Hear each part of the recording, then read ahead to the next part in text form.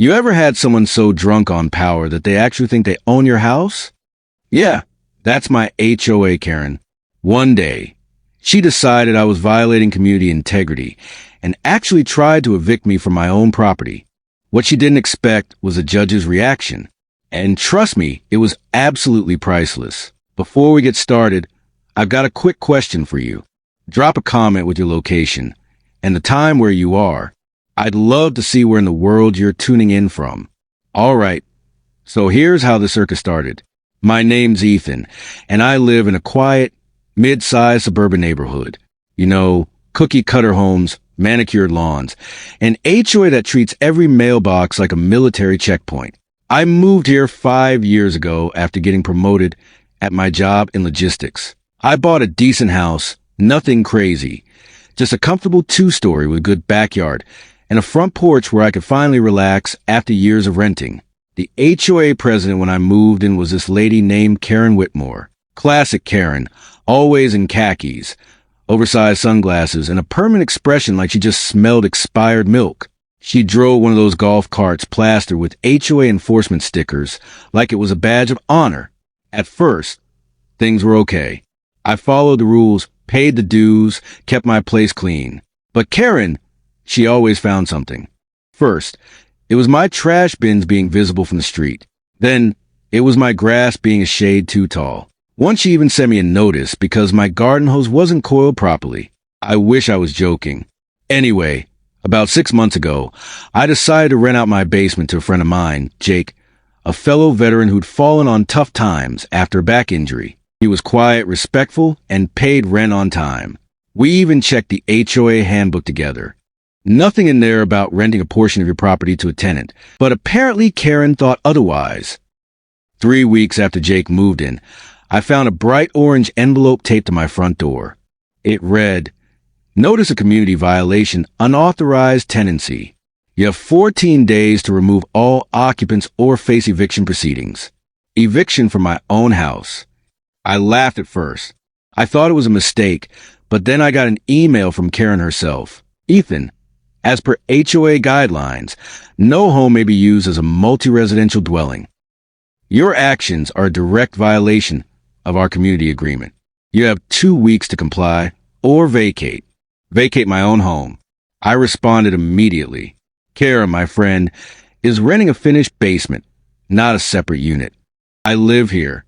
I own this property, and I'm in full compliance with city and HOA codes. She fired back in under 5 minutes. We'll see what the board says about that. And trust me, when Karen said the board, she meant the 3 other retirees who do whatever she tells them. A week later, I got invited, more like summoned, to a special HOA hearing.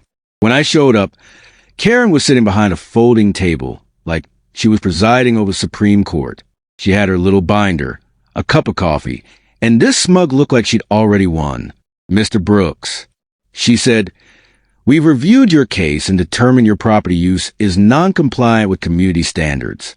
You are to terminate all tenancy and restore your property to single-family use." I said, "You realize I am the family living here, right?" Karen didn't flinch. "The board has made its decision. Failure to comply will result in legal action, including possible removal from the premises." Now, I'm a calm guy, but I could feel my blood boiling.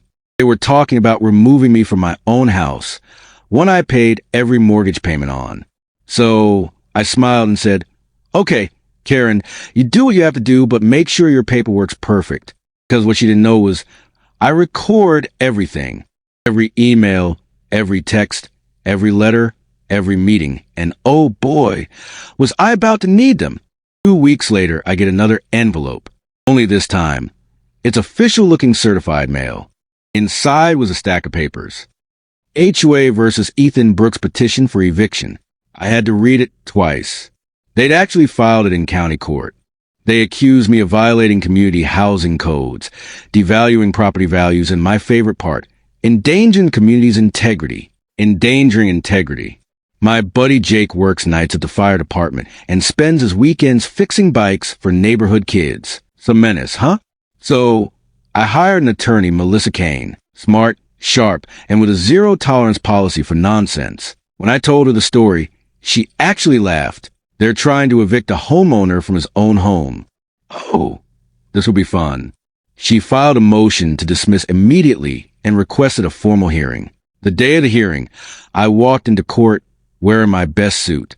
Karen was already there, sitting in the front row with her clipboard and a man who looked like he'd rather be anywhere else, probably the HOA's lawyer. When our case was called, Karen strutted up like she was about to deliver the closing argument in a murder trial. She began, "Your Honor, the defendant, Mr.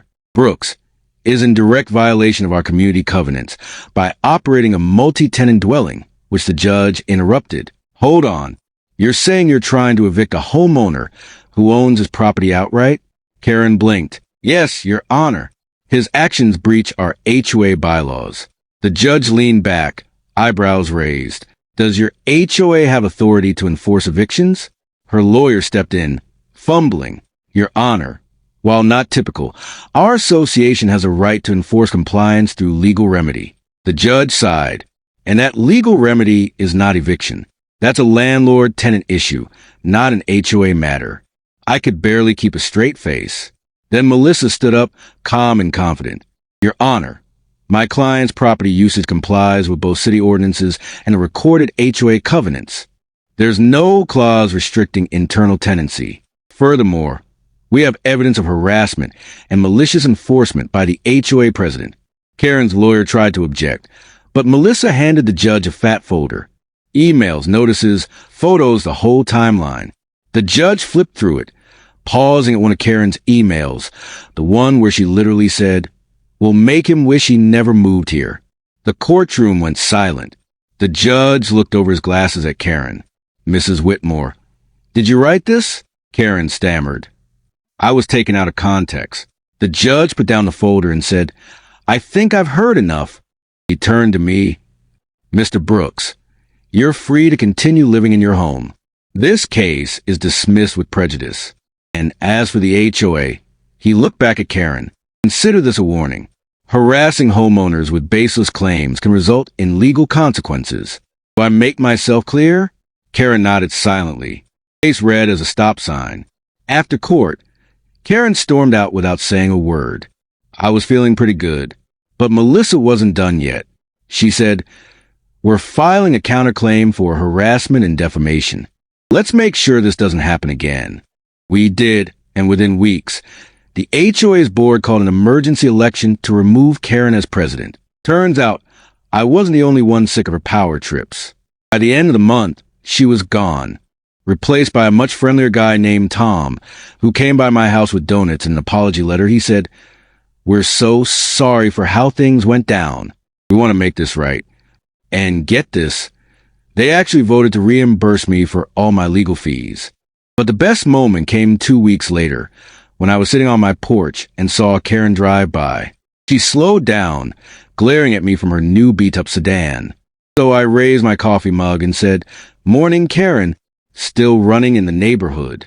She sped off.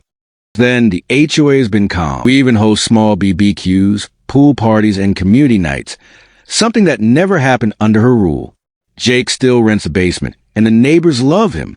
He even volunteers to mow lawns for the elderly couple next door. And every time I pass by that courthouse, I think about the judge's face when Karen tried to explain why she thought she could evict a homeowner. His raised eyebrow said it all. Priceless. So, if there's one thing I learned from all this, it's that you don't have to yell to win. Just stay calm, document everything, and let the law handle the Karens of the world. Because sometimes justice doesn't just win, it smiles while doing.